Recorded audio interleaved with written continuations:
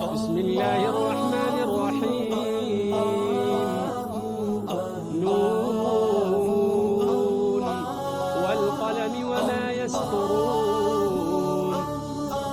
ما أنت بنعمة ربك بمجنون، وإن لك لأجرا غير ممنون، وإنك لعلى خلق عظيم.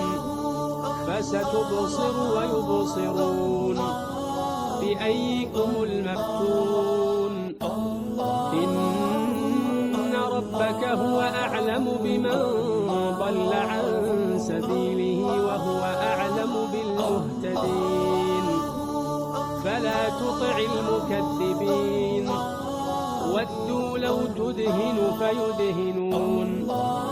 ولا تطع كل حلاف مهين، هماز مشاء بنميم، مناع للخير معتد أثيم، عتل بعد ذلك زنيم، أن كان ذا مال وبنين.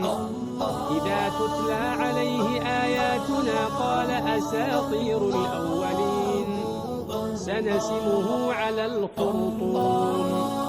إنا بلوناهم كما بلونا أصحاب الجنة إذ أقسموا ليصرمنها مصبحين ولا يستثنون.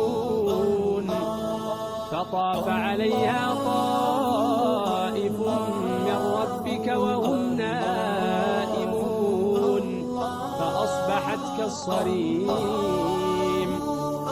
فتنادوا مصبحين أن اغدوا على حرثكم إن كنتم صارمين. فانطلقوا وهم يتخافتون ألا يدخلنها اليوم عليكم مسكين. وغدوا على حرد قادرين. فلما رأوها قالوا إنا لضالون بل نحن محرومون. قال أوسطهم ألم أقل لكم لولا تسبحون. قالوا سبحان ربنا إنا كنا ظالمين. فأقبل بعضهم على بعض يتلاومون. قالوا يا ويلنا إنا كنا طاغين. عسى ربنا أن يبدلنا خيرا منها إنا إلى ربنا راغبون. كذلك العذاب ولعذاب الآخرة أكبر لو كانوا يعلمون. إن للمتقين عند ربهم جنات النعيم. أفنجعل المسلمين كالمجرمين؟ ما لكم كيف تحكمون؟ أم لكم كتاب فيه تدرسون؟ إن لكم فيه لما تخيرون. أم لكم أيمان علينا بالغة إلى يوم القيامة؟ إن لكم لما تحكمون. سلهم أيهم بذلك زعيم. أم لهم شركاء فليأتوا بشركائهم إن كانوا صادقين. يوم يكشف عن ساق ويدعون إلى السجود فلا يستطيعون.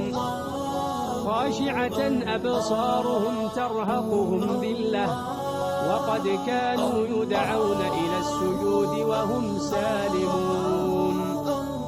فذرني ومن يكذب بهذا الحديث سنستدرجهم من حيث لا يعلمون وأملي لهم إن كيدي متين تسألهم أجرا فهم من مغرم مثقلون أم عندهم الغيب فهم يكتبون فاصبر لحكم ربك ولا تكن كصاحب الحوت إذ نادى وهو مكظوم لولا أن تداركه نعمة من ربه لنبذ بالعراء وهو مذموم فاجتباه ربه فجعله من الصالحين وإن يكاد الذين